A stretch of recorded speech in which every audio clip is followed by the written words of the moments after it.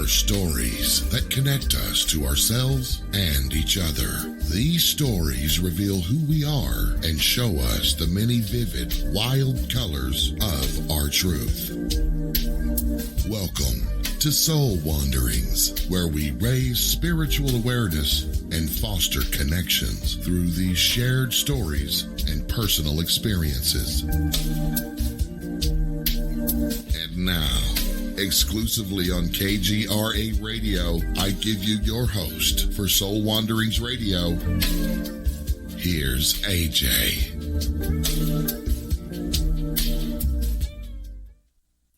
Hello, Wanderers. I am AJ Rasmussen, your host, and this is Soul Wanderings, a show where we receive an opportunity to hear journey stories from humans from all walks of life and all types of experiences. And these humans show up to share authentic pieces of themselves with all of us. We are live on video over on KGRA Facebook page and YouTube page, and you can join in conversation and hang out with us, myself included, and the listeners on all of these platforms. Or you can also visit KGRADB.com and click on that chat button. Either way, you can ask questions for our guest if you feel a desire to do so. And between myself and producers, we'll make sure that we get those questions answered as time allows us to do so. Or if you simply want to just come hang out with us, do it. I encourage you to do so. We would love to have you there. I have to say that tonight is a special night for me because our guest has been a huge factor in my personal healing journey recently, and I couldn't be happier to have him here on the show with us this evening. So we're going to jump immediately in and get started. I know these 2 hours will go by quickly as usual, and I just don't want to waste one single moment of it. This evening, we are welcoming to the show Dr. Chris Frogley. He is a chiropractor as well as an energy and functional medicine doctor. From a young age, Dr. Chris knew he wanted to follow in his father's footsteps as a chiropractor to help people find and apply a better, healthy lifestyle.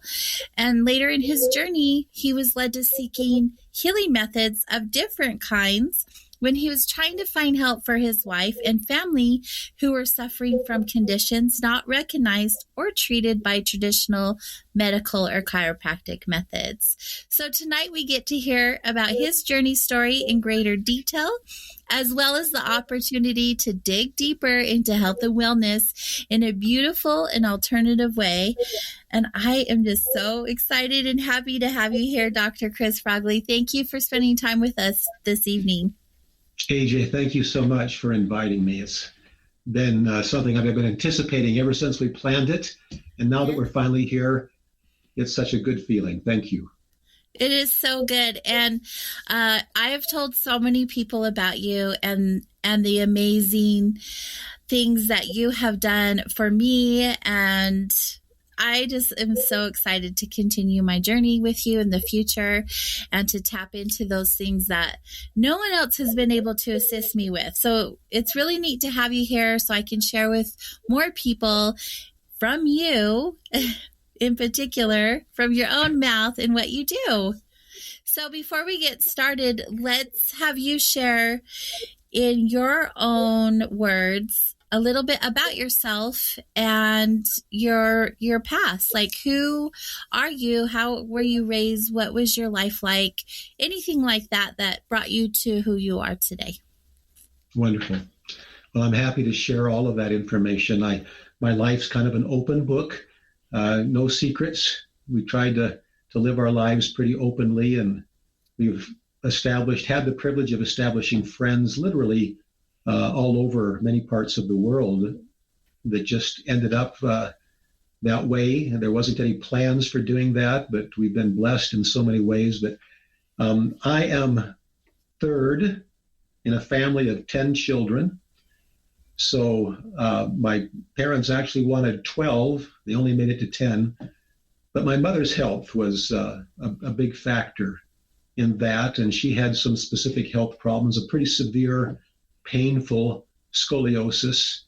And despite all of that would have made it easy for her to, just have a few kids and to limit that, because it was harder and harder for her to take care of all of that. But as we grew up and got older, we just helped take care of each other, and she did an amazing job. And we look back on those amazing family experiences whenever we get together, which is as often as we can, but which isn't nearly as often as possible, as much as we'd like, as you can imagine, with 10 people and their families all over the place. But interestingly enough, my father was a chiropractor, and that's what got me started on the interest in the road to health. And we grew up on an acreage. We had a large, huge garden. All of us worked together in the yard, and in the garden, we produced a lot of our own food. We all learned how to can and put food up, and ate a lot of our own food all winter long. And that was an important part, is living as naturally as we possibly could. And that was just normal. That wasn't anything that was, abnormal or kind of a modern day type thing. That was just a normal part of life in those days. And consequently, I grew up really loving the soil and loving gardening and farming. Worked on, this was all in Iowa. I worked on a lot of my friends' farms that were raising cattle and hogs and things, and also worked on a ranch in Nebraska for a number of years, learning to take care of cattle and making hay and riding horses and being a cowboy. So a lot of interesting experiences growing up. But all through all of that, as much as I loved it, and the other thing I loved was music. I grew up playing the piano and the trumpet, played in the band and the orchestra through school. And music was a huge part of my life, and our whole family's life for that matter. We all sang. We all sing together still when we get together, and love music. And I've learned that music is such an important part of healing and of keeping yourself focused and centered. When I left home, the first time I left home was to serve as a full-time missionary for the Church of Jesus Christ of Latter-day Saints. And I was sent to France and Switzerland. So I served for 2 years in France and Switzerland, serving those people there and learning to become more selfless and less self-centered, worrying about other people's concerns and problems, and helping to just do chores around the house and to share with them uplifting messages and try to make life a little easier. That taught me a lot in those 2 years. And then I came back and went to college, undergraduate work at Brigham Young University, and then returned to Iowa to go to Palmer College of Chiropractic, where my father, as a chiropractor, had actually served as the president of the college during that time that I was in high school. So Palmer College of Chiropractic was a huge part of my life growing up, as well as the principles of chiropractic. I learned how to adjust at a very young age because my father traveled a lot and my mom's back needed a lot of extra help. So I actually learned how to take care of my mom while I was just a teenager and started taking care of some patients at school too. So I went to Palmer, I used to say, just to learn why I was doing what I was doing. My hands naturally knew what they needed to do, but I didn't know the why. I didn't know the science behind it. So I learned all of that, of course. About 10 years into practice, of course, I was married by then and had a couple of kids. And our first 3 years of practice actually ended up being in Italy. I was hired by a private clinic in Italy, and I practiced in Italy in association with another chiropractor, a physical therapist, and a cardiologist, and learned so many things there. It was there that I published a book on health and nutrition and chiropractic, and especially focused on nutrition. And I had such an interest in nutrition, and while I was in Europe, I was studying the background and the philosophies of Dr. Bircher-Benner, who invented Bircher-Benner muesli. He was a Swiss nutritionist, and my appreciation for the understanding of nutrition grew, and I continued to study that in weekend courses and seminars. And then we didn't have online back in those days, of course. This is all pre-internet and even pre-computer, but in books that we learned, and we actually took tests, mail order tests and things like that. Wow. So those were great days. And my family and my sweet wife, Cheryl, and we had 3 children by that time. And now we're in the early 90s. And my wife's health began to go downhill. And she developed a severe chronic fatigue, immunodeficiency. She began to react to her external environment, but also to herself. I took her to many of my doctor friends. No one seemed to really know what exactly was wrong. I diagnosed her with chronic systemic candidiasis, a systemic yeast infection, and all of my medical doctors laughed at me, all of their friends, because there was no such thing. And today it's still not an official diagnosis, even though there is a diagnostic code in the coding techniques now for billing insurance.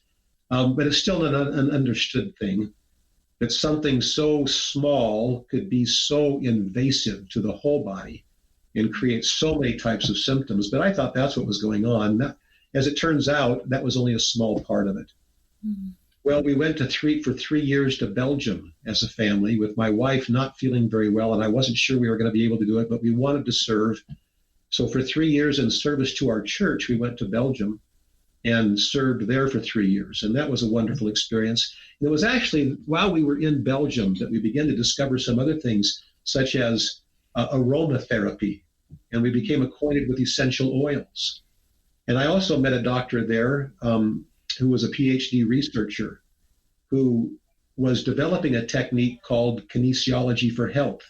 And I was introduced to the Chinese meridians and more of an energy medicine type concept, which I grew up practicing and teaching martial arts, but I had never really gotten into that aspect of the science of energy and meridians as understood by the Chinese. And so that became a part of my interest. And it was through nutrition, strict use of herbs, and then eventually the energy medicine that I began to study, and began with an allergy elimination technique that was developed by Dr. Nambudrapad, that I finally was able to discover what was going on with my wife's health, and we were able to make those corrections. And our 3 children then, because we got our health back online, became 4. And there's about 8 years between my 3rd daughter and my 4th son. Wow. And then we thought we were done at that particular point, but the Lord had other plans. And lo and behold, we had number 5. And we're so grateful to have Christian. He's now 25 and just an amazing young man. So grateful for my children. They've taught me so much. And to have their love and their support in every aspect of life has just been delightful. But all through that, health, nutrition, and then eventually medicine, functional medicine and energy medicine became such an important and integral part of my life that it took me a number of years, but I finally figured out, I think, how to combine all those things together in kind of a unique, eclectic medical package or health package that allows me to address so many different aspects of health in different ways, that what doesn't work with one system, we're able to find another system. And I think that's one of the things that's helped us to have any success that we've been able to have in addressing what a lot of my patients refer to themselves as the incurables, because most of them have been to 3 to 4 to 5 other doctors before they come to see us. Mm-hmm. And either haven't had any improvement, or have either gotten worse or maybe a little improvement, but they've stalled out and things aren't changing. So as we look at things from different perspectives, different philosophies, different understandings, it's opened doorways of understanding. And I have to admit, probably one of the most important parts of all of this is spirituality, and the importance of recognizing that there's a higher source, and that none of us are here in this world alone, but we are all connected, and that we're all connected through that higher source of power, mm-hmm. who loves us and who cares about us. And when we turn to that source for help, then doorways and pathways open that allow understanding beyond our own understanding. That when we're interested in serving and blessing the lives of others, helps us then oftentimes to find the secret that's remained hidden or locked away, to help those people to get back on the health, on the road to health. So I probably got a little carried away with that, AJ. No, it's wonderful. The more we know, the better we can connect with you in this way. Like you said, I love that you brought up the fact that we are all connected, and that having spirituality, or whatever that looks like for us, having a higher power, does bring such a different energy to our experience than without it. Couldn't agree more. Having the awareness that we are never alone, and that everyone that crosses our path to assist us is divinely placed right there for us. And that's exactly how I felt when I connected with you. You had brought up how people come to you as like a last resort, or an alternative to what they have experienced in the past. That was my experience. And it wasn't until after a couple of appointments, like I knew your energy was good, because I felt that, because that's what I am gifted with. But it was much more than that. It was your connection to your higher power and your belief system, in how that is incorporated into what you do, the passion and the purpose that you live as a human. The marriage of the two matter, especially when you're working on someone who is suffering in any way, mentally, emotionally, whatever that looks like, physically, we're with you. And I know that having the combination, having those experiences, changes like your client, like me, like that entire experience for us. I feel like that's where the results begin to happen, when you have someone who is genuine and passionate about what they are doing. It changes both of you. And that's where the magic occurs. That's where it's different. I think the connection that we established, you made it easy because you're quite empathic, and you already were attuned to much of that. Mm-hmm. And that made it a little easier in many ways to be able to focus in on those things before you even shared with me, too much of some of those things in the past that, make all of us feel wounded or broken to one extent or another.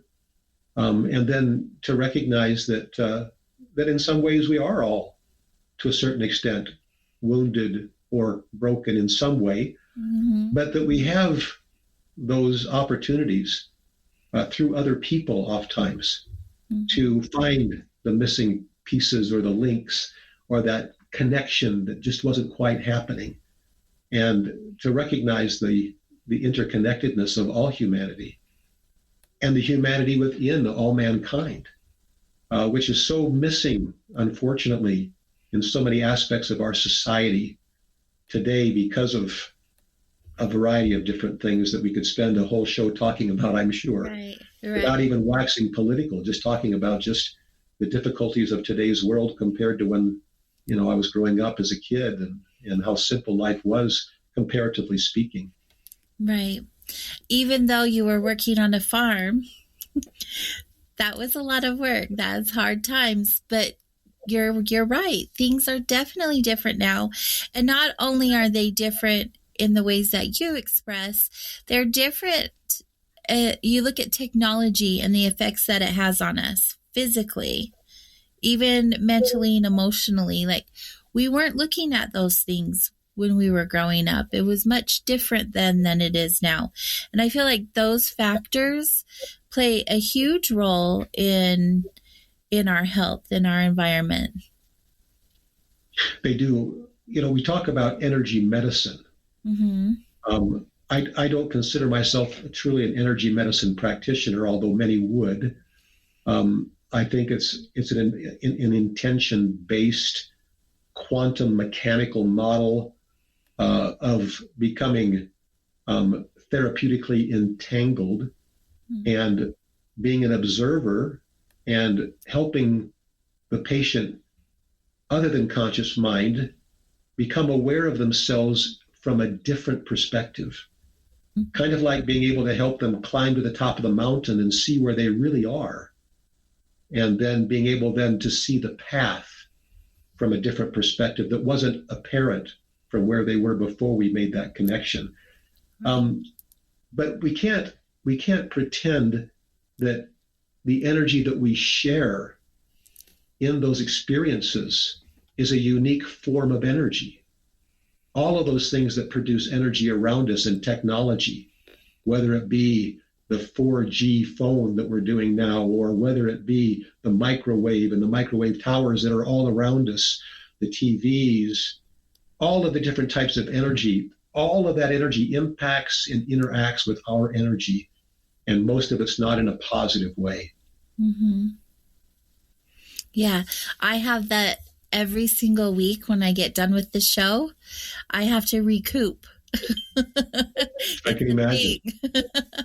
and you notice I'm not using earbuds or anything at all. My connection, I feel bad enough sitting in front of this huge screen that I'm in front of already, but I try to isolate myself somewhat and keep things fairly simple when it comes to that. Unfortunately, I do have an iPhone that rules my life somewhat, but that's only just the way that things have, my patients and family.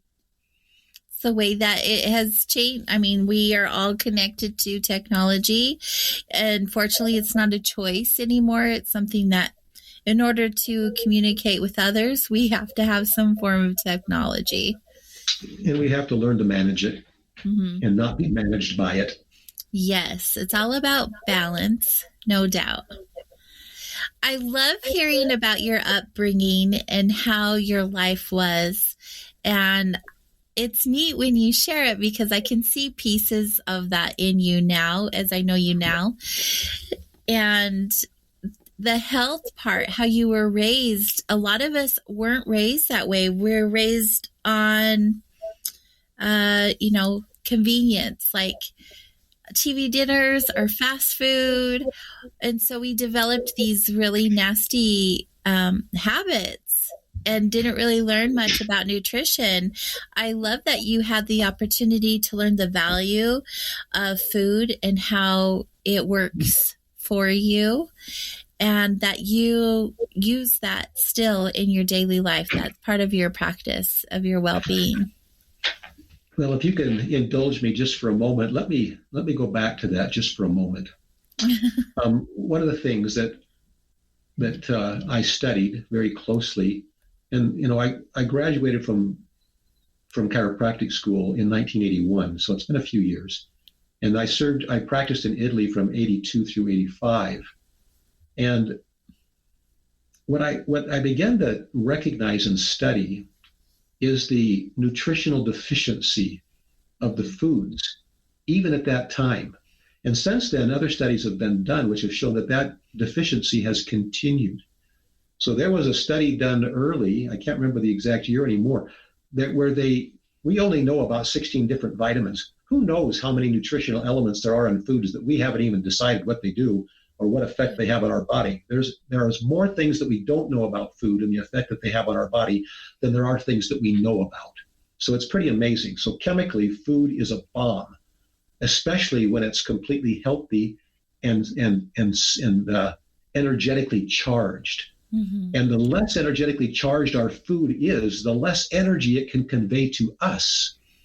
And it's not just vitamins, and it's not just minerals, it's not just proteins or fatty acids or essential fatty acids or whatever. It's all of those energetic elements as well as, and each of those vitamins and minerals and nutritional elements have energy, and they interact with our body's energy for good or for bad, depending on the food and the balance that it's in. Right. And our farming techniques, which have changed so drastically from back in the day, when it was, either composting or manure, so that's a form of compost as well. It's just passing through the fermentation process in another means and putting that on the fields, compared to then eventually not even going to a deep tilling method anymore, no-till methods, and utilizing just nitrogen-based fertilizers without any minerals in it at all, where the foods became so deficient, energetically as well as nutritionally, that they couldn't convey to us anything. And then we've watched the energy levels of humanity going downhill during all of those years. And one of the things that the early nutritionists of the early 1900s taught were a lot of those principles. And a food can only convey health to you when it's healthy itself. An animal can only convey health to you when it's healthy and its food is healthy itself. So we're fooling ourselves with all of these artificial foods that don't have any health and nutrition, can't convey to us energy. They convey to us calories, but as the body craves the nutritional part of that, and we try to satisfy the craving, all we get are more calories. And that makes keeping your lifestyle and health, your weight balanced, very difficult, and affects one of the most common complaints of most of our patients when they first come in is fatigue and brain fog, two of the most common complaints. And all of that has to do with this energy, the nutrition, and then something called the microbiome. Yes, the microbiome. I really want you to touch on that during the show, so don't forget that. No, I won't. That's my bread and butter. Yeah, we're going to take our first break of the show. And when we get back, let's go right into that. Let's talk about the microbiome and how it affects us and how we can heal it and all of those good things. Stay close, everyone. We'll be right back.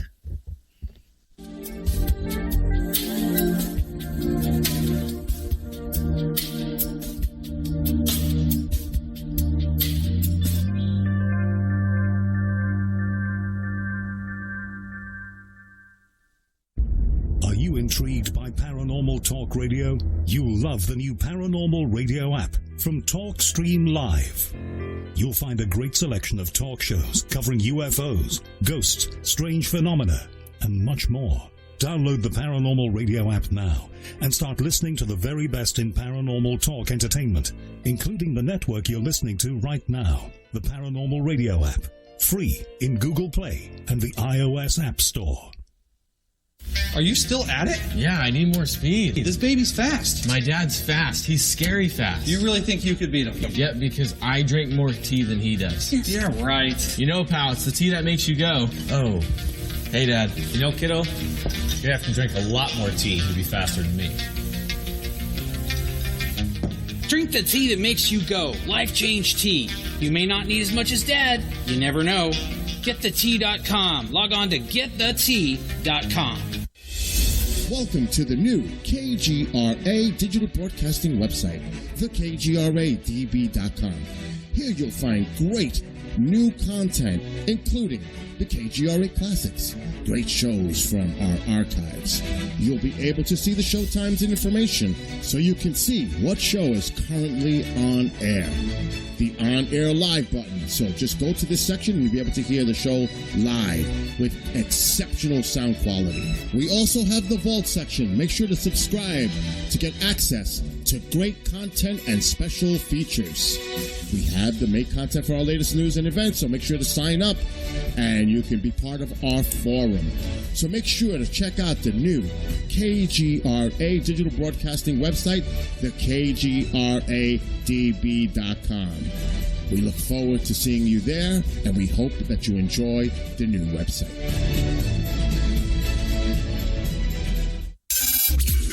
Mainstream media's most wanted.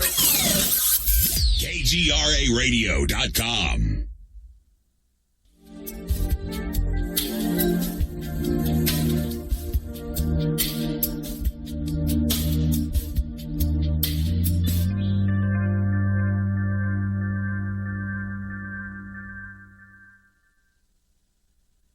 Hello, Wanderers. Welcome back to the show. Tonight we are visiting with our very special guest, Dr. Chris Frogley. And I keep telling everyone, it's my doctor. It's my doctor. I just love that. I know you. I know a guest on my show that has been such an influential person in my life, in my healing journey this past year. people come up to me and they're like, what have you done different? You're just happier and shinier. And I tell them, let me tell you about this guy. And it's just neat because it's such a positive experience that I get to share with everyone and share your abilities with everyone who asks. And now I get to have you here. So yay for us. I love it. Welcome back. Good to be back. Before we went to our first break, you were bringing up your bread and butter, as you put it. You wanted to talk about, or we did, about microbiome. And I don't know if anyone really understands what that is, how it affects our body, all of that. So why don't you share with us some more information on microbiome and what it is? Whoa, boy, you're opening up a real important topic of conversation. I agree. Probably, I think this is the most important single topic of health and wellness that there is in the study of health and wellness today. 5 years ago, if I mentioned the word microbiome, maybe 1 out of 100 people had even heard of it or had any clue what I was talking about. Mm-hmm. I've been an avid student and study of the microbiome. And the microbiome, in very simple terms, are the flora, the microorganisms that live in and on our body. The role of a healthy microbiome is to protect the host. And a microbiome that doesn't do that is a compromised or dysbiotic microbiome. So we didn't have really any good understanding. For many years, we used antimicrobial soaps and different things like that to try to kill all those things that were on our skin, until we found out that we were creating problems. We were increasing psoriasis and eczema in particular because we were killing off the very living creatures that maintained the health and the environment of our skin, of our insides. All the mucous membranes are covered with these microorganisms. And they're such an important part of our lives. In fact, if we count the number of cells in the DNA in our body compared to that of the microbiome, they probably outnumber us, if the truth be known, as far as the amount of DNA differentiation. And the number of microbiome that actually live in the gut, if we pulled it all together, it comes up to about 5 pounds. Wow. Now that's about the same size as our brain. Oftentimes you'll hear the gut referred to as the second brain. Mm-hmm. And that's why it's about that same size. And the informational processing that takes place by that collection of these different microorganisms of bacteria and viruses and mycoplasma and all these different types of microorganisms, and they collectively produce chemical informational triggers that interact with our body in a positive way or a negative way, depending on how we've treated it. That microbiome begins to develop when the baby is growing in the womb. And when those little organs first begin to develop, those bacteria and those microorganisms begin to migrate from the mother to the child's organs and tissues. And then finally, when it's time for the birth process, the microorganisms that live in that birth canal are just exactly the right type of microorganisms that need to inhabit all those internal mucous membranes that are the sinuses and the esophagus and the stomach and the gut and all those different parts of our digestive tract. Mm-hmm. And as long as that baby goes through that process and the mother has a good, healthy microbiome, then we get a good start in life. And that microbiome is basically developed and doesn't change much by the time we're 2 to 3 years of age. Now, there are many things that develop and help to develop a good, healthy microbiome, and there are many things that damage the microbiome. We'll talk about each of those as we go through this process, because I think this is an important part of helping everyone understand probably the most important thing that they can do to influence their own health and wellness, and that's to understand the importance of the microbiome and what affects the microbiome. So we, as chiropractors, have known for many years, and now it's finally being recognized more by other doctors, naturopaths, and even many medical doctors, that antibiotics, while in some ways can be a great blessing, and in some ways help our systems that are compromised to defend themselves against invasive species of microorganisms, unfortunately are not necessarily real differentiating. So while they're killing off the bad guys that sometimes are attacking us, they're also killing the good guys that are there to actually protect us. And an abuse, especially in the early years of antibiotics, create a dysbiotic microbiome in the child.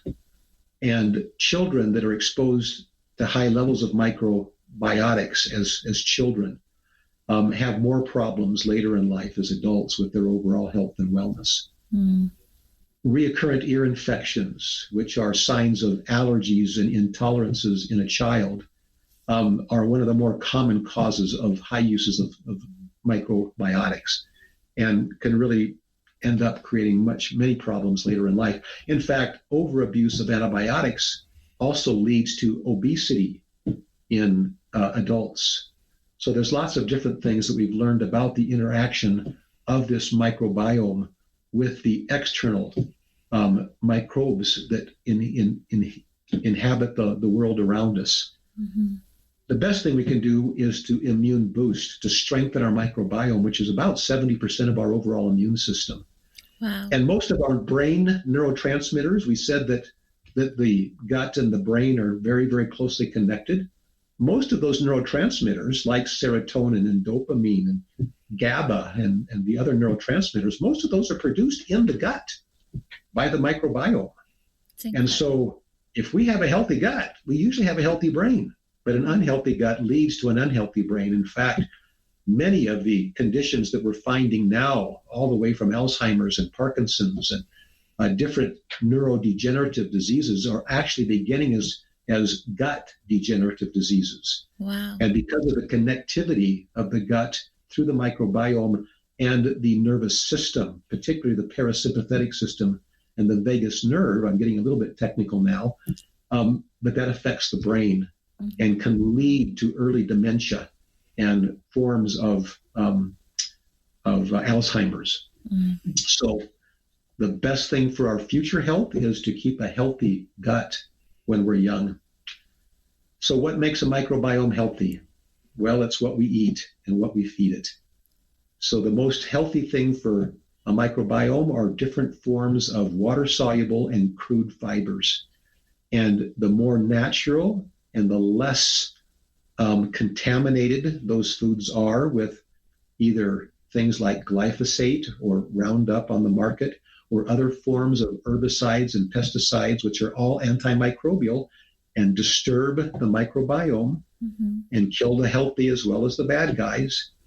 And the animals that eat those foods that are contaminated as well, and now we get those contaminations through them, or the huge amount of antibiotics that are used with chickens and turkeys and even our cattle to keep them alive, actually end up in us as antimicrobial agents, which disturb our microbiome and disturb our overall health.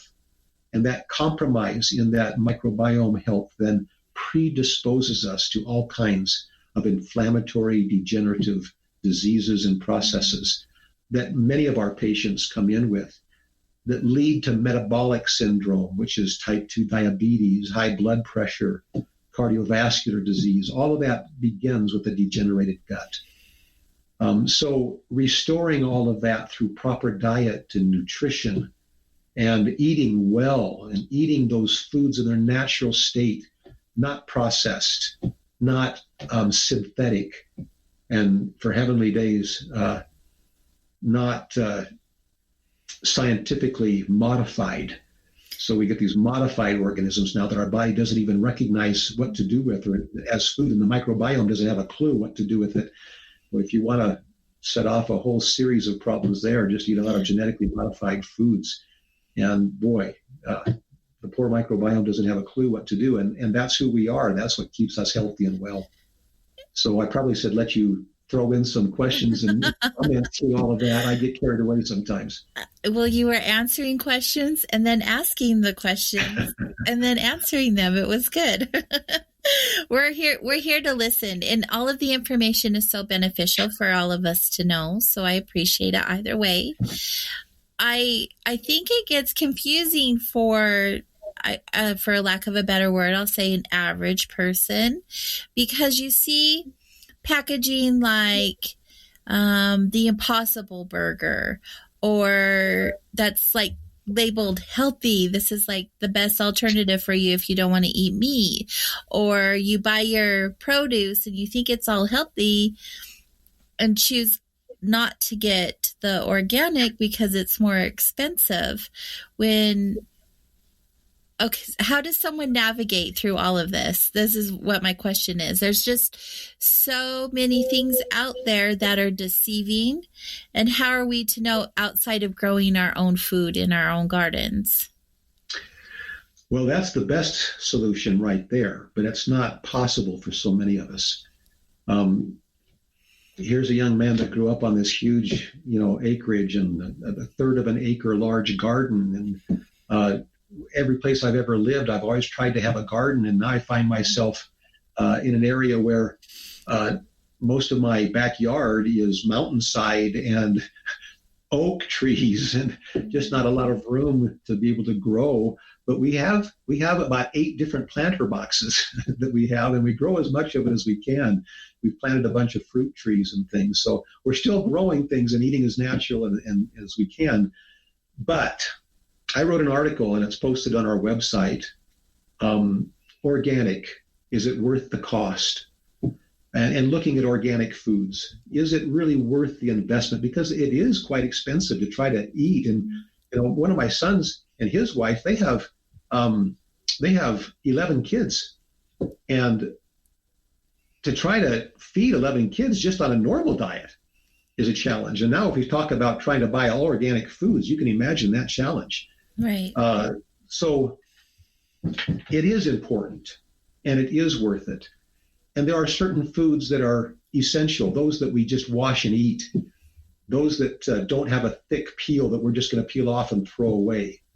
So those foods like strawberries and all of your lettuces and all of your foods that we're just going to eat basically raw or very, very minimally prepared, those are worth the effort to buy the organic foods and to look for that certified organic label, or to find a local farmer's market that you trust and know that while it might not be certified organic, when you can look somebody in the eye and they say, we use no herbicides or pesticides on our properties, that's great. And we do that. We do that. We're not vegan or vegetarian, although we do have a plant foundation to most of our foods, but we do eat, and we try to eat healthy animals in combination with all of that. And my ratio is, if you're going to eat an animal protein of some sort, you've got to have at least 4 or 5 servings of plant-based to go with that, and half of those got to be raw. So that's my general rule of thumb for eating healthy. But making as much of that organic as you can, and the animals that were raised on organic foundations are important as well. So I think it's well worth the effort to do what we can, as much as we can. But of course, you have to do the best you can and then hope for the best. Right. And for those of you who are interested in that article, we'll make sure Dr. Chris shares the information towards the end of the show. So have your pen and paper ready, or your phone, or whatever that looks like. And I've got several things prepared for your audience that if they're interested and can reach out to us, we'll try to make sure that those things are available. Yes, that'll be so good, because I do get emails here on the show after a show that they don't necessarily reach out to the guests. They'll ask me the questions, and I like to refer them back to the guests because no one knows better than you. I can't answer all of the questions. I hear the information they also heard. So Sure. Definitely make sure everyone has access to that information. It is such a wide topic of things that you can teach others and assist others with. So it is just better if we have them reach directly out to you. But moving past the food, I mean, that's such a challenging thing for anybody that I have talked to about it. Everyone struggles in some way or another on what to eat, when to eat, how much to eat, all of those details, and everyone's so individual, so it changes for everyone. It's different for everyone, right? I mean, so do I eat or do I not eat? Same thing. Yeah. And that's where it gets confusing because we all want to help each other, but the facts aren't the same for each of us. They're all so individual. That I went through so many different programs, not like weight loss programs, but like nutritional programs and classes and all different, worked with trainers. And every single one of them gave me different information, and none of the information ended up working for me. And some of it ended up being detrimental to me. And so it's really good to do your homework and meet with someone like Dr. Chris, who would be able to assist you in your specific body type and the things that you have going on inside of your body, not just the shape of your body, but the actual inside knowing of your body. I'm so glad you mentioned that, AJ, because that is so true. If you want to get confused, ask 10 different nutritional specialists the same question, and you'll get 10 different answers. And it is confusing because it's not an exact science, because like you said, we are all different. We are genetically different. Our microbiomes are different. And all of that, we've all lived different lives. So emotionally and spiritually and physically, we're different.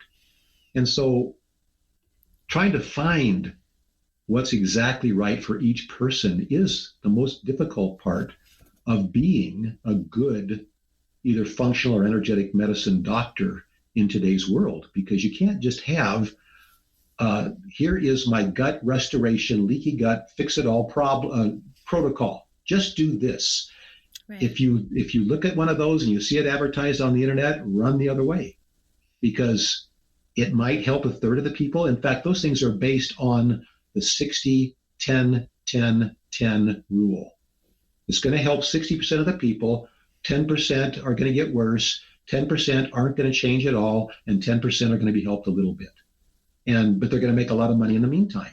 Yeah. And it's hard to find doctors that keep it personalized and that try to do the labs, do the blood work, take a look. Let's find out why your system's different. If you come in and you say to me, I went through this nutritional program and I've been eating clean now for several years, but my health is still this, and this. Well, I'm not going to say, well, let's try this other dietary program and see if that's the problem. Well, if you're eating clean, you're eating clean. Your diet's not the problem. It's something else. So we've got to figure out what that else is. And it's got to be treated in the right order and in the right balance. And most doctors don't know that. I've been blessed to study with some amazing scientists, both from the medical and from the naturopathic and from the chiropractic fields, that have just blessed my life with understanding and helping to understand these differentiations and how important those things are.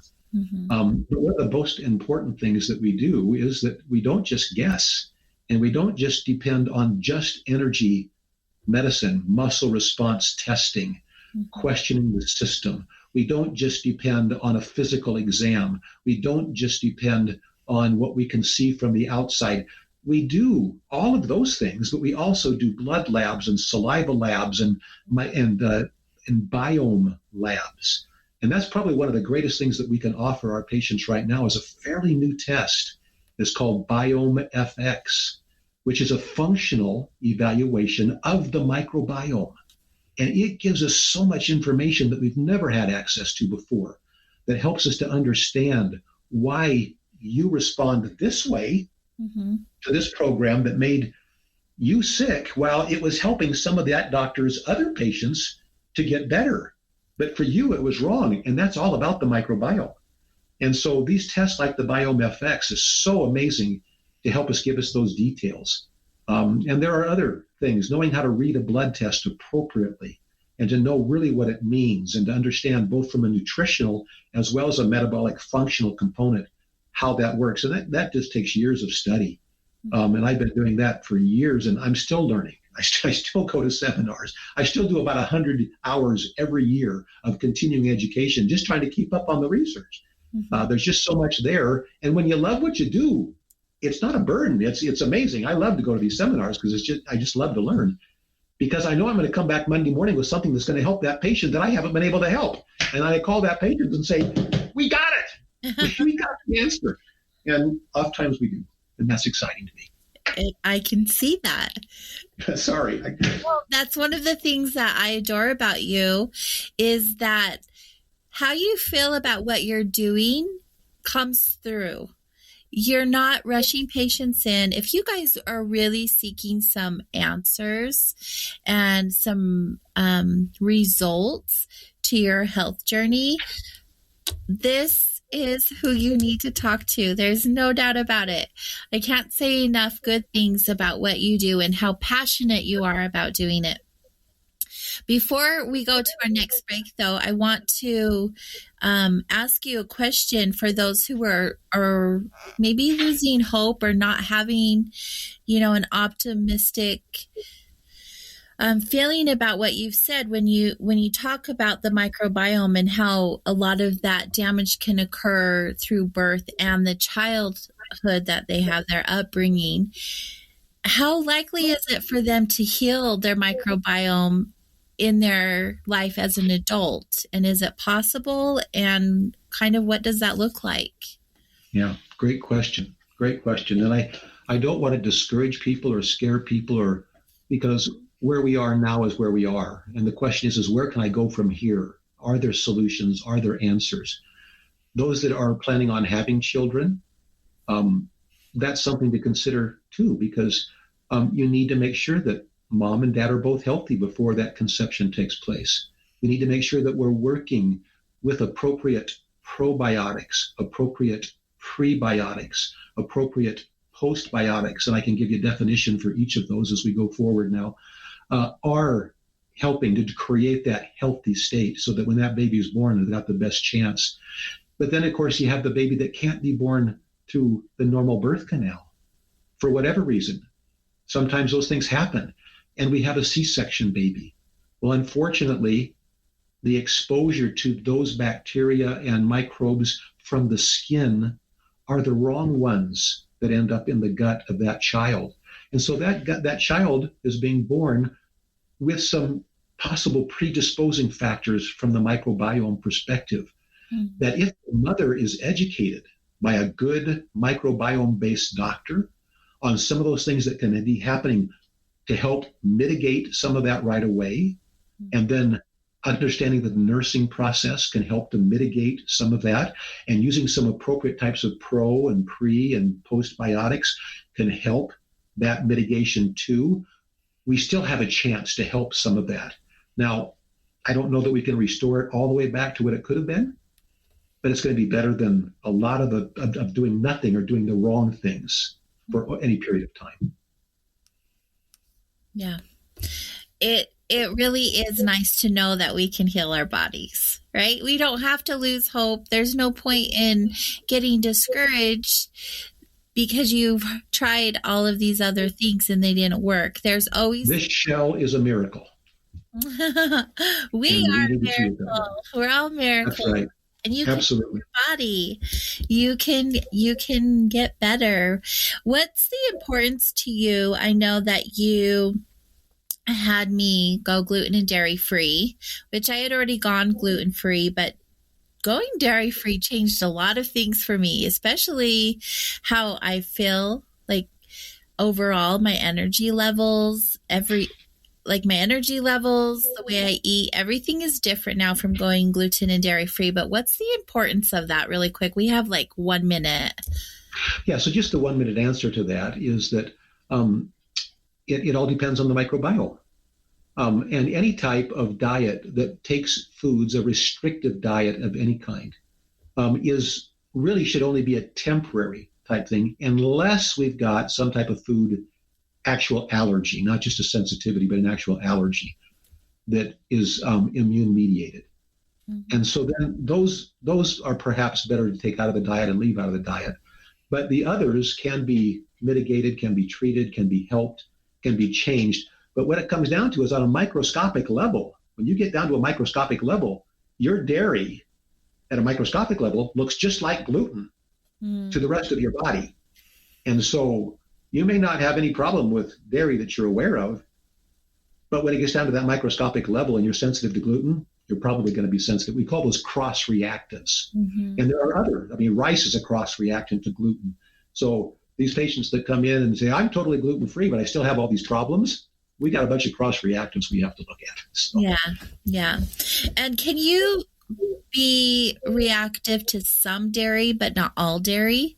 Like say cheese doesn't bother you, but milk and cottage cheese and sour cream does bother you. Absolutely. And all of that is about the protein signaling that takes place, the amount of fermentation that's taking place, something else that's done some of the work that your immune system doesn't now have to, or your digestive system doesn't have to do. And it's, most people aren't sensitive to fats. It's the protein. So it's usually the protein, the casein, the albumin in the milk that causes most of those problems for most people. But again, it comes down to the microbiome. Right. It sounds like it. And I'm so glad that we touched on that in the end of this segment, because it'll give people some food for thought. And during the break, write down the notes, write down the questions that you may have. You may want to reach out at the end of the show, and why that's fresh in your mind, make sure you write them.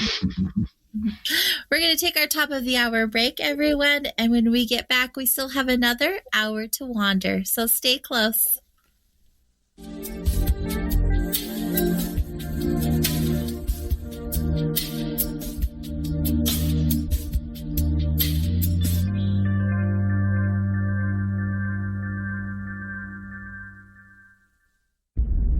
Intrigued by Paranormal Talk Radio? You'll love the new Paranormal Radio app from TalkStream Live. You'll find a great selection of talk shows covering UFOs, ghosts, strange phenomena, and much more.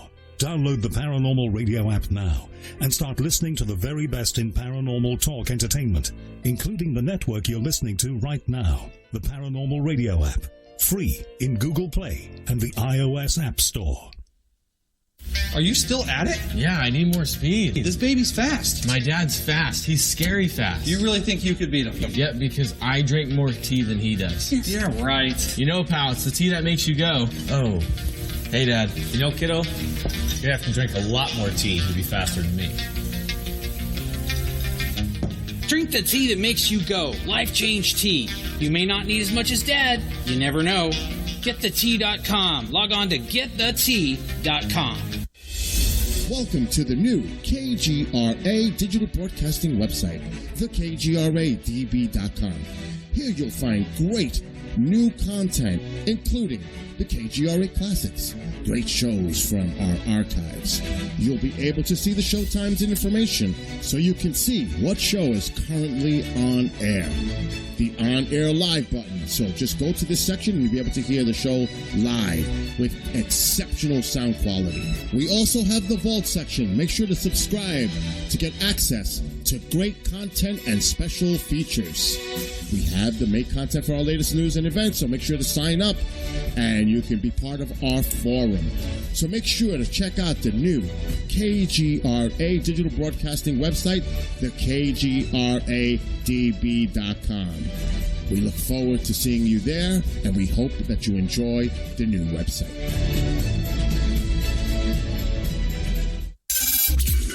Mainstream media's most wanted. KGRAradio.com.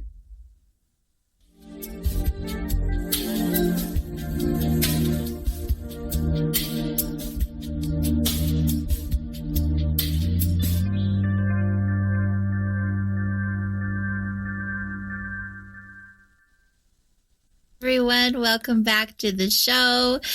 We are wandering with our special guest, Dr. Chris Frogley. But before we continue on, I just want to make sure you all know you are listening to KGRA Digital Broadcasting in Salt Lake City, Utah, Hudson Valley, New York. And I invite you over to visit kgradb.com.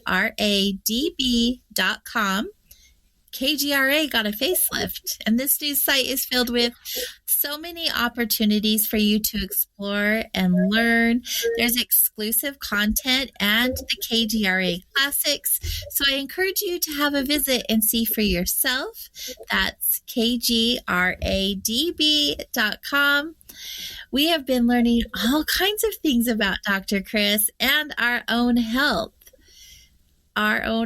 Can you believe all of the different things that happen inside of our bodies that affect us in so many different ways? And it's quite fascinating how it all works. And I'm so thankful for doctors like you who are able to assist us in this journey of discovering the ways that we can heal our body and live healthy lifestyles. But there's so much more to what we put in our body. There are other modalities, if you will, and other experiences that affect our health. And you also dabble around in some other things. And I say dabble in such a loving way, but you do functional medicine and energy medicine and chiropractic. So those three things combined with the health part, the inside part, are quite a powerful group of ways to heal your body. Where we talked about the microbiome and the foods we put in our body, I'd like to shift our energy over to energy and functional medicine. Well, that just opened up a whole new door. I'm like, I'll just leave that for you. So may I share my experience real quick? Would you mind? As a little intro, Dr. Chris. My experience was healing, or I'm still in the process of healing, is healing from PTSD, mostly, I would say. Wouldn't you, Dr. Chris? Yep, absolutely. Trauma, PTSD. It's affected me on a physical level. It's caused a lot of different health issues in my life, which it's crazy when you think about something that is emotional and mental and how much it affects your body on a physical level. But where everything is energy, it makes complete sense if you're thinking in those lines. So my experience was after Dr. Chris pinpointed what was going on with me physically, and we started healing the physical part, it was linked to PTSD. And at that point, I had the experience to work with him through a technique called neuromodulation technique, which I'm sure you'll touch on that later. But that's part of the experience that he has with the functional and energy medicine. It all goes hand in hand. It all is energy. And so I really wanted to make sure that we talked about that this evening. It's such an important thing that you do with your clients, and it's changed my life dramatically, not having to talk about the trauma, but I don't feel that weight on my shoulders anymore that I've been carrying around most of my life. It doesn't have the same type of energy that it had before, and there are no words to even express. And if I even start to, I'm going to cry. So for that, we'll just move on, and let me have you explain to everybody the functional and energy medicine part of what you do. Awesome. For probably, and as I had mentioned earlier, it was my wife's help that kind of led me in this direction. And I think I really came upon functional medicine this was before functional medicine was actually called functional medicine. It was more of a holistic approach. We were in functional medicine, we try to look at the whole body as an integration of systems, as opposed to the various symptoms that you come in with. Mm-hmm. And the definition of a symptom is a part of the body crying out for help because there's an imbalance or something that's not, the body should be self-healing and self-regulating when everything's working right, emotionally, physically, and spiritually. Mm-hmm. And I do separate the spirit, the emotion, and the body, three very distinct compartments within all of us. And that should be a self-regulating system. But when something's stuck or out of balance or in trouble or overwhelmed or a severe emotional trauma or physical trauma or some other chemical trauma, there's so many different types of traumas that we have to deal with in our world today. And all of those can bring different types of imbalances and dysfunctions to the system. Mm. And if all of I pay attention to are the symptoms, then I'm going to be more concerned about the organ as opposed to the underlying causes of those issues. So in functional medicine, we deal with this whole collective of systems of the body, and utilizing physical exam, questionnaires, physical exam, and then, of course, laboratory exam. And I include within our functional medicine exam, I also include an energetic exam or an information-based exam, which is conducted through muscle response testing or kinesiological testing. And we question then the other than conscious mind and a biofeedback type mechanism in a yes and no fashion to receive an understanding of what does the subconscious mind or the other than conscious mind perceive it's dealing with when it comes to this list of problems or concerns that we're concerned about, that we're observing. So why are you creating this physiology? And we can get answers to those questions as part of that exam too. And then we take all of that information. So I'm looking at the patient from 5 different perspectives instead of just 1 or 2 to understand, where is the key to this lockbox that's trapped this amazing person into this dysfunctional body that is stuck in some way and isn't able to repair itself. So the functional medicine part of that is working with all of the chemistries that are going to help to supply the nutritional elements for healing and everything else. But then we go to the energy medicine side of that, the psycho-emotional component of that through the energy medicine, to understand that those types of traumas to the body oftentimes are even more damaging than the other types of trauma that come through poor nutrition or eating junk food and those types of things. Because in an emotional state, now we're involving the emotional sectors of the brain, the other than conscious memory systems. Mm-hmm. And those things are going to affect and interact with through both the microbiome, but through the energy systems of the body, as the Chinese have pointed out in acupuncture, or the Ayurvedic doctors from India have looked at the body from an energetic model instead of just a chemical model like we do here in Western medicine.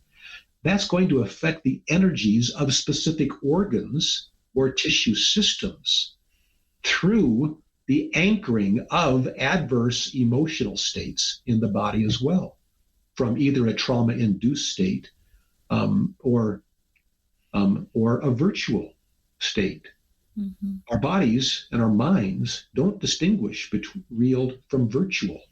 That's why you can sit in front of a movie screen and you're watching a movie consciously, but suddenly as the music begins to intensify and the drama on the screen intensifies, your heart starts to beat a little faster. You start to breathe. Suddenly you realize you're squeezing your sweetheart's hand really hard and you didn't even realize it because you don't distinguish virtual from real.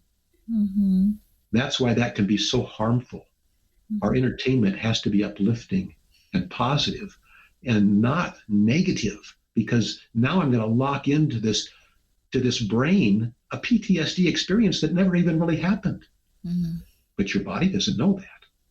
And unless I approach that part of the health and wellness as well, I'm going to leave certain doors locked that are going to keep the whole body from being able to reconnect and to re-heal.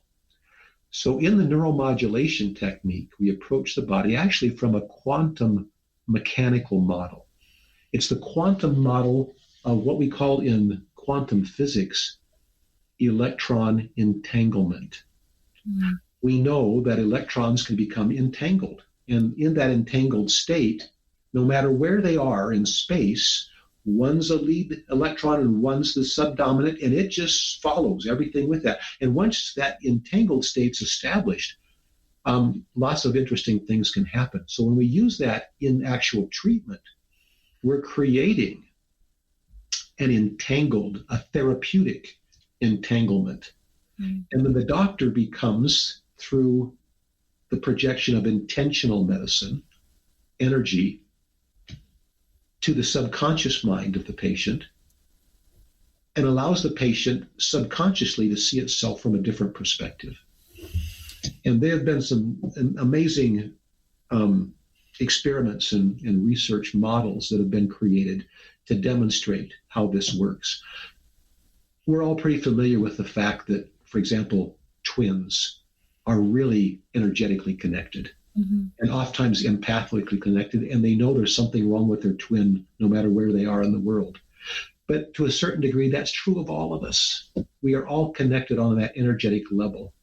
And research has shown that these dial field lines, that energetically, an energy grid that covers the entire planet and connects all living things together, literally connect all of us. Yeah. And when we intentionally connect, either through families or through friends or through emotional experiences or through doing energy type exercise like yoga or qigong or other methods that harmonize our energies and bring them closer together, we become more and more connected, either for good or for bad. Yes. And we can use that science, however, now to interact with the other than conscious mind and to allow it to identify the underlying informational errors, like the virus in your computer, which is interfering with the software from functioning normally, and therefore the computer is not working like it should. And our mind and bodies aren't too different from that. And we have these either trauma-induced states or anchored emotional states, however we want to refer to them, and we're able to identify those to the other than conscious mind, the consequences of the way it's behaving now, the fact that it can behave differently, mm-hmm. and then it can auto-correct. And it can unlock some of those things that just haven't been able to be unlocked. And sometimes keeping those things in the subconscious compartment, as opposed to things like talk therapy and things that sometimes just stir the pot, mm-hmm. and sometimes can re-anchor some of those things and make it more difficult. Not that there isn't any room for that type of therapy, because sometimes that can be helpful under the skilled hands of a good therapist. But otherwise, keeping it sometimes just in that subconscious realm is much more effective in resolving some of those emotional anchors and some of the health physical components that have that anchored emotional aspect that's keeping the body from healing. Mm-hmm. And that's what we found with you, my dear.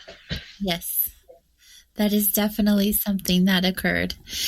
And I remember looking back into one of our sessions together, and you had made a comment after you had told me his PTSD. It was like, I don't want to talk about it. I don't want to talk about this. You said, actually, we won't be talking about it at all. In fact, in a lot of cases, talking about it only triggers the trauma. It recreates the PTSD. So what would the benefit be of talking about it, even with a skilled therapist of some kind? And it depends on the individual, and it depends on the actual experience, and it depends on so many different things. Mm-hmm. And so a skilled therapist is going to know just by the responsiveness of the patient, mm-hmm. if it's going to be helpful or actually harmful. Mm-hmm. And some, unfortunately, aren't as skilled as others. Mm-hmm. And that's true of not just therapists, but of most different types of doctors, where we're not trying to do harm. but unknowingly sometimes can create that situation. Let me address just for a second, because I know that your case and many of my patients' cases are not unique. PTSD is one of the most difficult things for any type of doctor to deal with, because it's such a difficult thing for the patient to even understand what's going on. And they're so disconnected and so broken without even realizing how broken they really are. And very seldom is there only a single PTSD experience where that trauma state now has altered the memory system of that individual to the point now that they've become dysfunctional emotionally in many cases, but even physically in many cases. Yeah. And what happens is that in the midst of the PTSD experience, in the pre-trauma experience, and then in the midst of the traumatic experience, your subconscious mind is recording everything. Your conscious mind is aware of 1 for every 100 that the subconscious mind records. Wow. And so while you're experiencing and remembering the details that the conscious mind is able to retain, subconsciously and attached to that through the different aspects of the brain and the amygdala, the different parts of the emotional centers of the brain, it's attaching then all the different things with it: the lighting, the smells, the sounds, the heart rate, the position of the body, the muscle contractedness, all these different things that we're not even consciously aware of.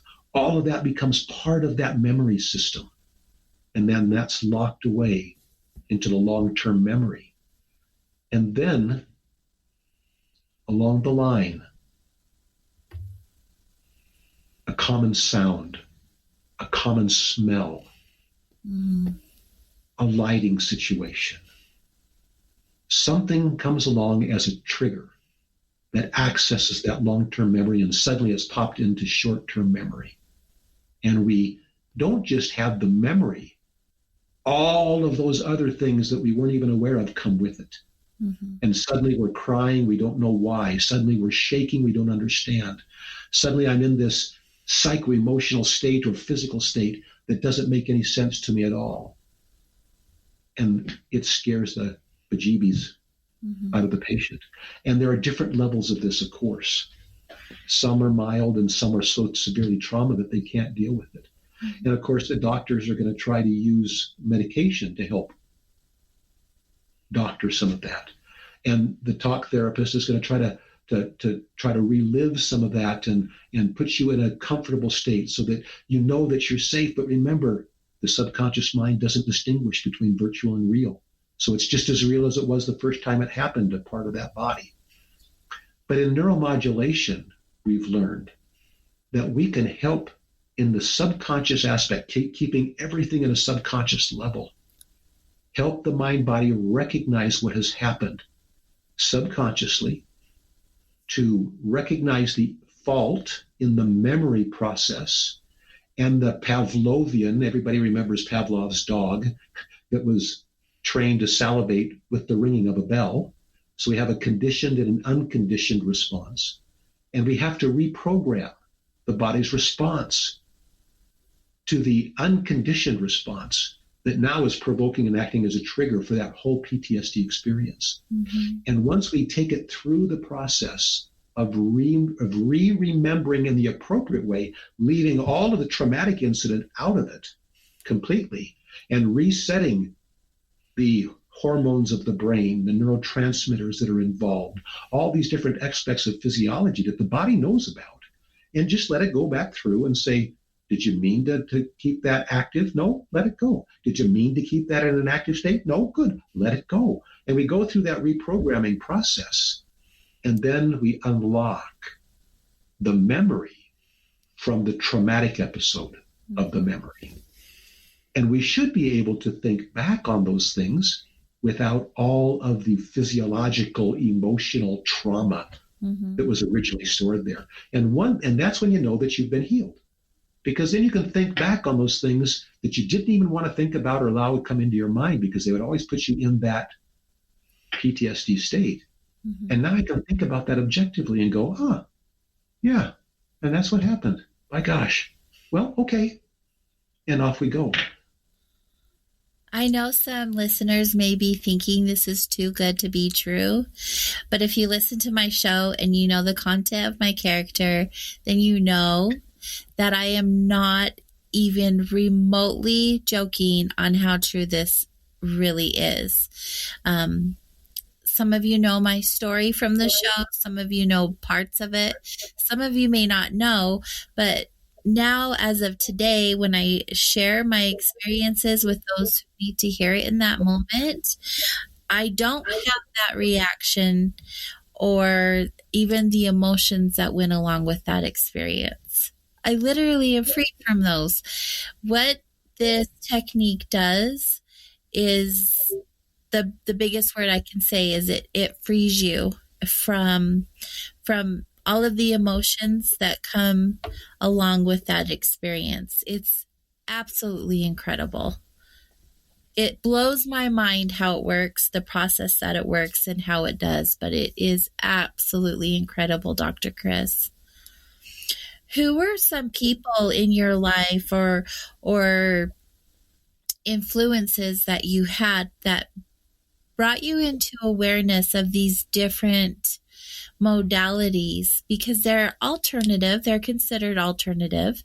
They're definitely not Western medicine practices. However, they're completely powerful and life-changing. And it makes me wonder, why are all the doctors practicing this way?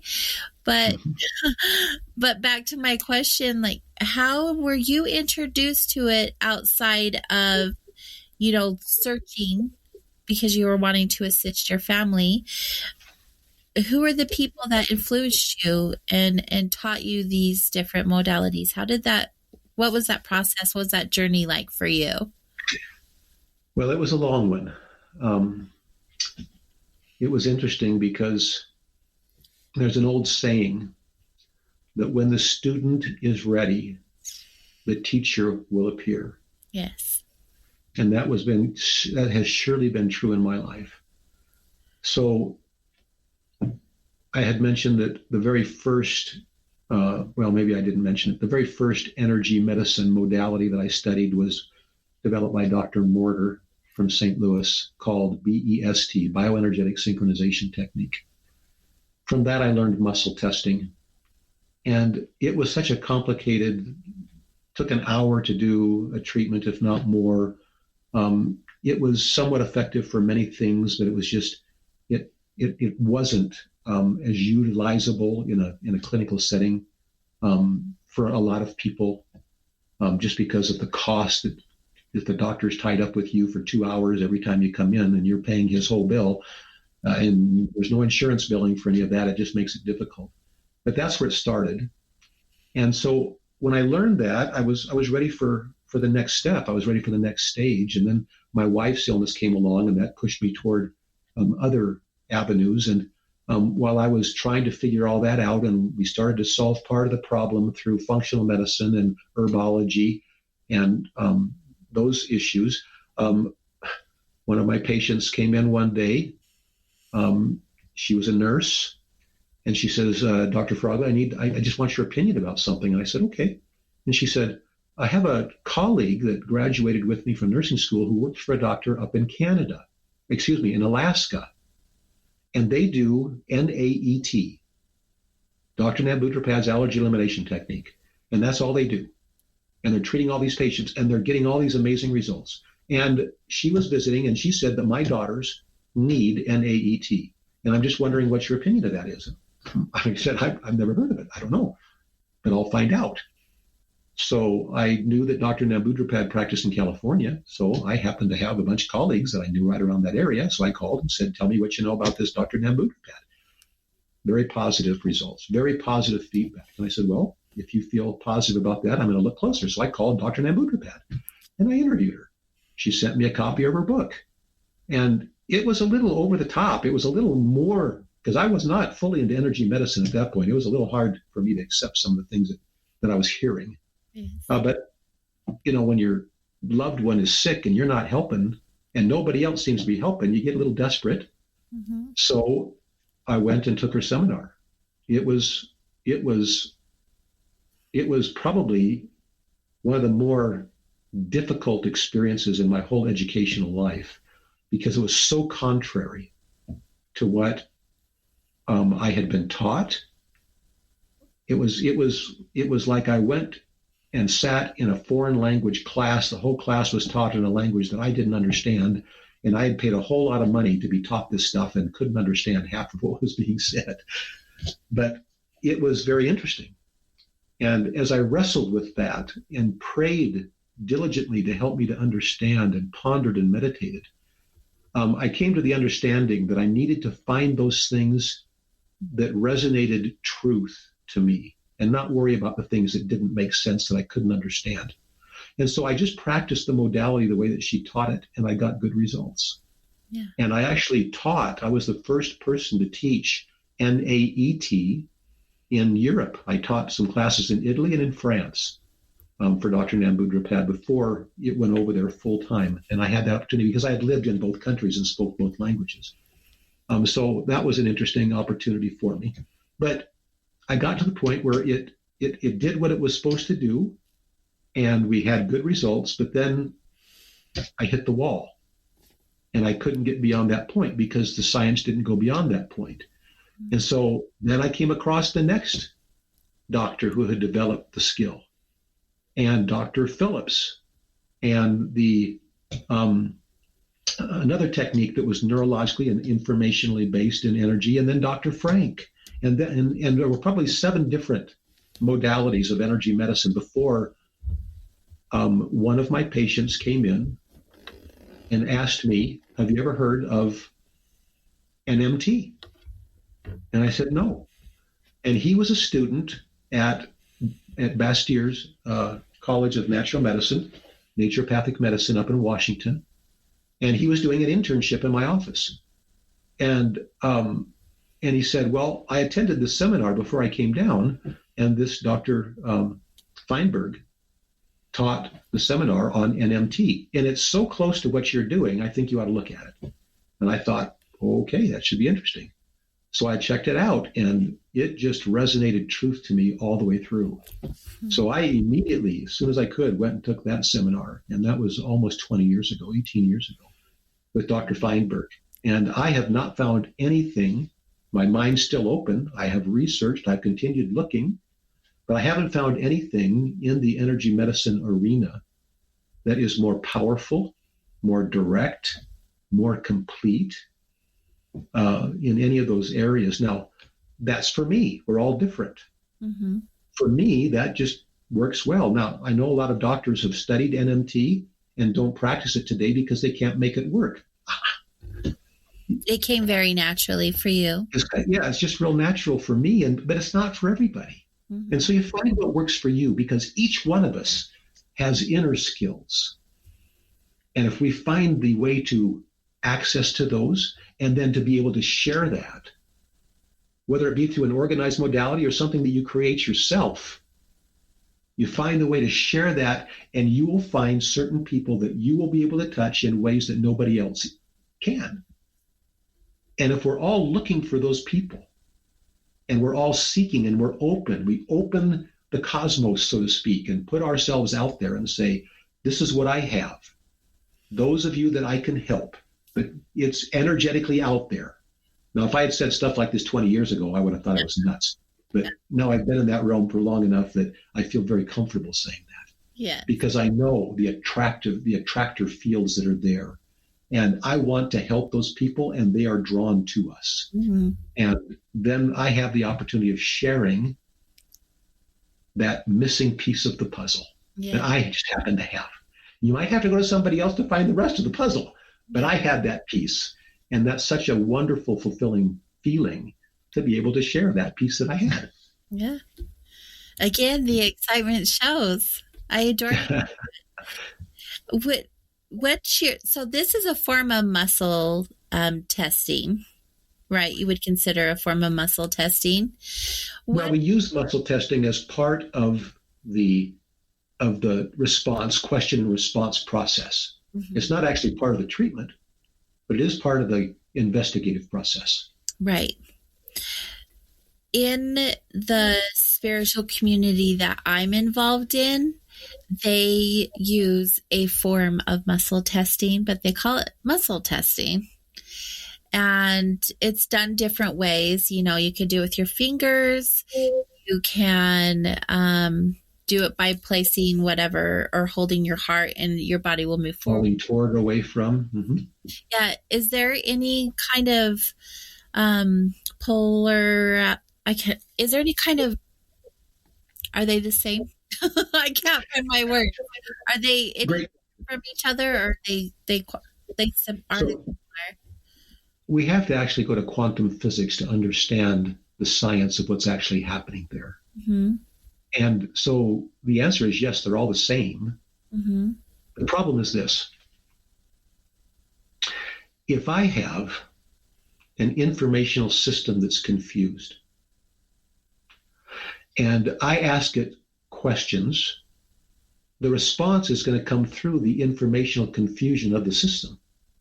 I will always get a response in energy testing, whether it be muscle testing the way that you've seen me do it in the seated chair, or whether it's the way that I used to do it in NMT, where the patient's lying down on their back and they're holding their arm up and I'm testing it, mm-hmm. or whether it's I'm testing as a surrogate for that patient and I'm using an O-ring test, or I'm using a finger test, strong, weak, or I'm using a galvanic current test, strong, weak, or any other form of muscle testing. If I'm holding something and I fall toward it, or that's going to work really well for some people, and it's not going to work very well for other people.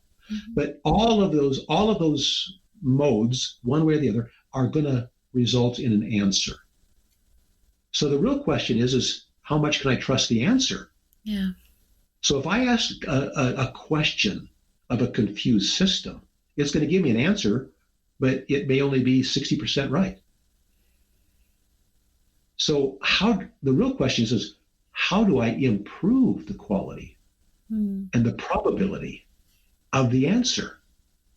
And that's what Dr. Feinberg and some of us that have worked long-term in this type of testing have learned, and that's to be able to allow the system to go through a clearing process to identify its own informational faults and processing errors that are compromising its ability to derive and to see the actual answers and to give a clear answer to the patient, to the doctor.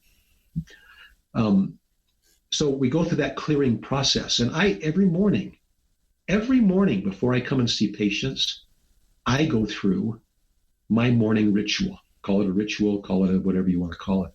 And it involves hydration, it involves exercise of my physical body, and it involves exercise of my mind, and it involves energetic clearing.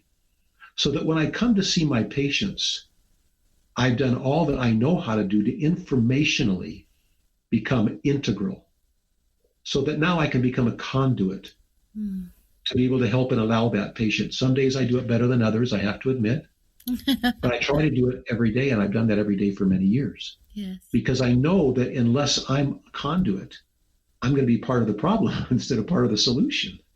Right. And so a lot of these modalities don't allow for those kind of concepts and thoughts. Mm-hmm. And so they're going to be somewhat effective, maybe less effective or more effective. Some people are just so empathic, they already know the answer. I have so much respect for those people because that's just so not me. But what a gift they have, and what an opportunity they have to bless many lives. Right. But the more we can understand energy and the exchange of energy between people, animals, living beings, the more we understand that we are so connected and that we can influence each other so positively with so little effort if we really want to, with just a happy smile or a thought or a wish of a happy comment. Even when I'm not feeling it, if I do that and I'm sincere about it, I feel better. I profit and benefit from it. And we create an environment where people don't want to go away. And that's one of the sayings that we have here in our clinic is we want to create an environment where people hesitate to leave. Yeah. And so many people, when they come in, they say, I don't know what it is, but there's something different here. We try to create that every morning in our morning huddle with the whole team. We try to open up those avenues. We begin with a common prayer and meditation together, just to bless the people that are coming to be helped, that we could be a conduit, we can be a source of help. We try to involve all those mechanisms. We know we're not perfect. We're not going to help everyone, but we want to do the best that we possibly can to make that possible, to reach out to, and to be available to those people that we can help. It shows. The energy is definitely different than any other clinic I've been to, any other facility, that's for sure. And that's what stands out about going to your location versus others is I feel that everyone there is also working on themselves and going through their own healing journey, whatever that may look like. And so it's coming into an environment where you're really not alone. Like, and you feel that from the beginning. Everyone shares a little piece of themselves with you, comforts you so you know that you're not there and you're not crazy. Like everything you're feeling, what you're really feeling, and it's validated, and that's really neat. So what an incredible environment. And I can see how that's been created by your morning huddle and how important that is in that work environment for all of you. So thank you for doing that. It definitely shows, and you definitely can feel that. What is your take on different types of energy modalities such as Reiki or hypnotherapy? I think all of those things have their place. And I think all of them are going to help some people. Not any one technique that I have ever found or studied helps everybody. And so that's what we were talking about earlier in the show, was the importance of just because you tried with one and failed doesn't mean there's no answer. Right. We've got to find that answer. And, meditation and prayer and seeking and Google, all of those things can help us to find the individual. And we will, when the time's right, we will be drawn there when it's time for our healing. And I don't believe really in coincidence. I don't believe there is a such thing as coincidence. I believe that things are part of a plan, and that the Creator, however we want to refer to that power that holds the universe in order and continues to bring order and goodness and right and positivity to the universe, knows each of us.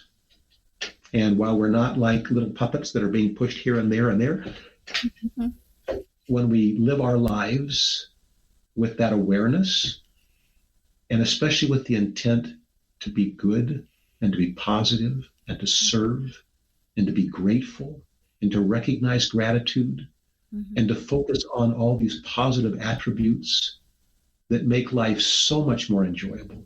And I know so many people that have led such a difficult life and are so broken. And obviously we can't heal everybody. And so many, if we can just instill a little bit of hope, that's where it has to start.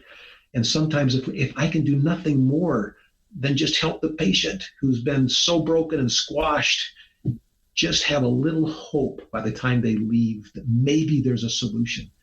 Just a story about one patient really quickly. Yes, we have time.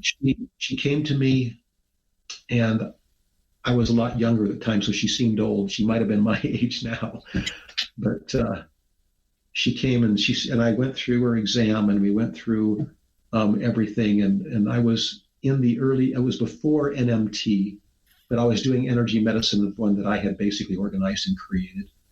And as we got through everything and we sat down together and I was giving her report of findings, and she says, "Oh, Dr. Frogley, I know that I can never be well, but do you think that maybe you can help me at least a little bit?"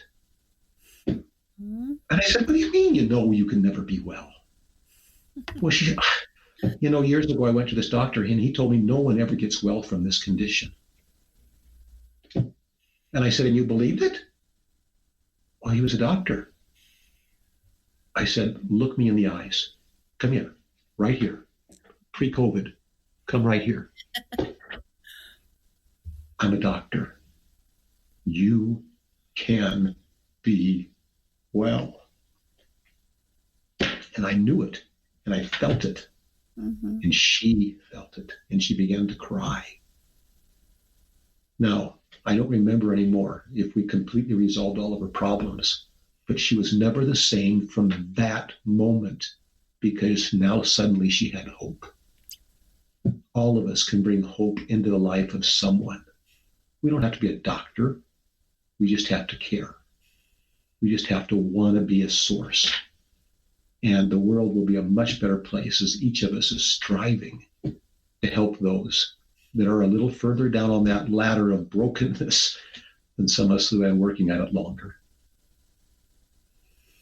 I love that you're sharing the message of hope. From my own personal experience, when I first came to you, I didn't have any. And it was a miracle that I even showed up. But it was my intuition, my gifts that led me there in the hope to just believe that there is something. But hope is a thing. It really, really is. And if you can give anyone just even a little teeny bit, it's amazing how powerful that seed can grow when it is given the opportunity. And I love that message. Thank you so much for sharing that. It's so good. It's so good. I have a AJ, you are such an example of all of those things that I have believed for many years. And to see that manifest in another human being to such a degree, because you've worked on yourself for so long and have been on that journey for so long, and you live it. And that's, sometimes we live our beliefs and sometimes we don't do as well.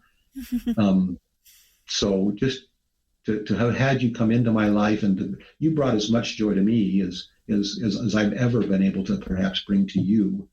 And I'm so grateful for just that, and just to know that you're there. This sounds a little gushy. Sorry, we'll back it off a little bit, but I mean that in all sincerity.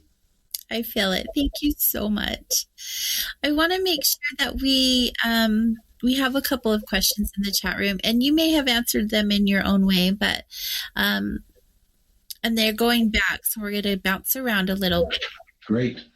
Because I wanted to stay in the moment with you. But one question that we have from the chat room was a comment and a question.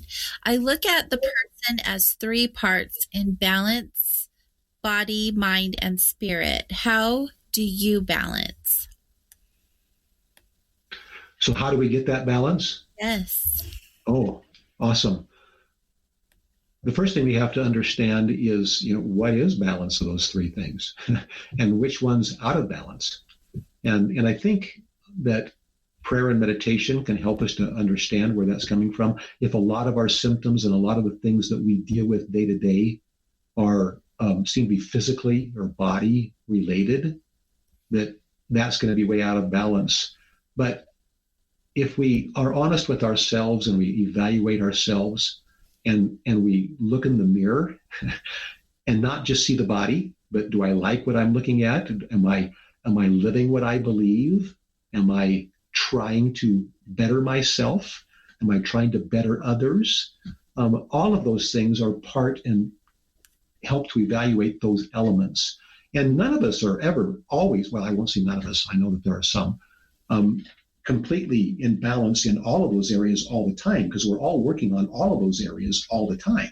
And some are doing better than others, and others are doing others, and we just keep working at it, and we're all working on ourselves. Yeah. And as each of us learns through different ways of doing that, whether that be through, yoga or Tai Chi or prayer or meditation or scriptural reading or whatever it is, there's different ways. We find our ways to strengthen each of those different areas. And we have to work on all of them at different aspects because they're all interrelated. And sometimes one weakness can come from another. And as we get better at understanding ourselves, then we understand better. And sometimes going to somebody like you who's empathic and can help us with that, or to somebody else that's a practitioner in those areas can help us to understand ourselves better, to evaluate that better, to make suggestions that might help some of those areas. Mm-hmm. Very great response. Thank you. Another question that we have from the chat room is, Dr. Chris, can you tell us how much lifting weights helps our health? How much what does? Lifting weights. Lifting weights? So working out, lifting weights? Mm-hmm. Okay. So let's talk about the physical body for just a moment and the importance of the physical body in all of its elements. So the physical body is huge and important and needs to be physiologically as well as physically in balance. And muscle systems are huge. So muscles are a very active metabolic tissue, and they're meant to work. That's what muscles are for. And the stronger a muscle is, and the more in balance it is left to right and front to back, and a balance of those muscles, then the better I carry myself through space, the better I react to gravity, and the better I'm able then to do work, which is a very positive thing. So it doesn't have to be, you don't have to go to the gym and pay money to lift weights. Our ancestors didn't do that. They went out and chopped wood and carried water. And there's a dozen things around the house that you can do that don't have to be weights. But lifting weights, as long as you don't overdo it, you can overdo anything. You can overtrain anything. You can damage a muscle just by overlifting or lifting too often and too much. So a balance in all those things is very important. But I think that exercise, physical exercise, is important for the body as well as for the mind, because those are both very connected and just physiologically important as well. Awesome. Good to know. I know some people are diehards when it comes to lifting weights, and I always wonder what kind of damage they're doing to their body versus helping it. So that's a good way to look at it. There's a balance, right? Always. In everything we do. Always. Yeah. So I have one more question, and then I'd like to get to a space where we can share how our listeners can get in touch with you. Okay. Is there improvements in one's Kundalini following spinal chiropractic treatments and realignments? Okay, I'm not sure I got all of that. Say that one more time. My speaker's just a little quiet to keep the echo down.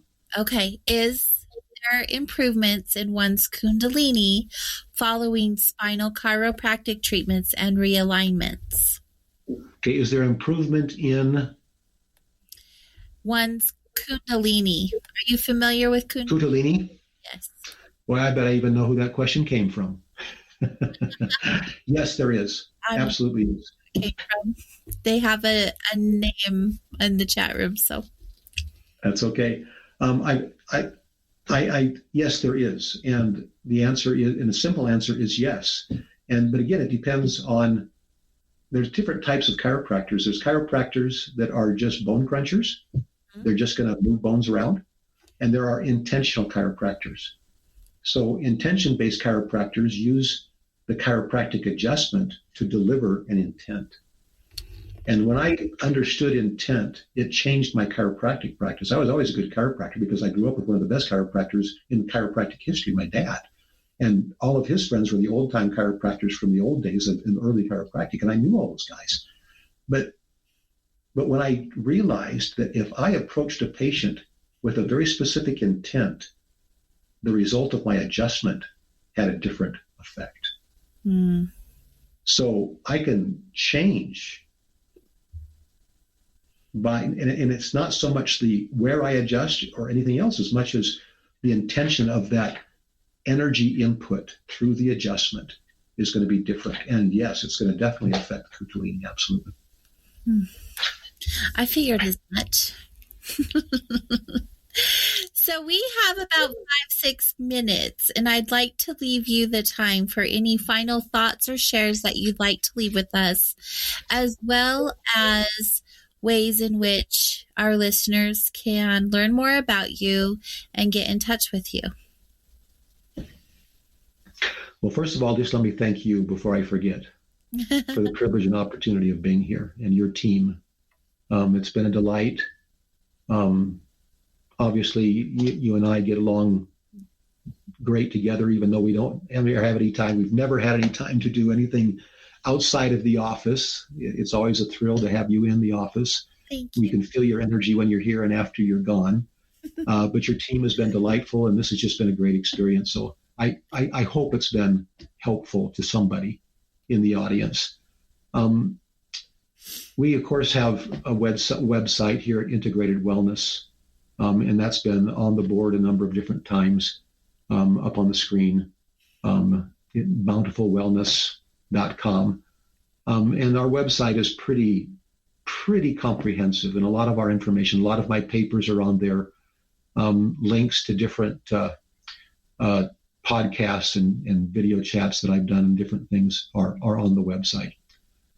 We also have a YouTube page under the same name, as well as Facebook and some of the other social media platforms that you can find us under the Integrated Wellness or the Bountiful Wellness.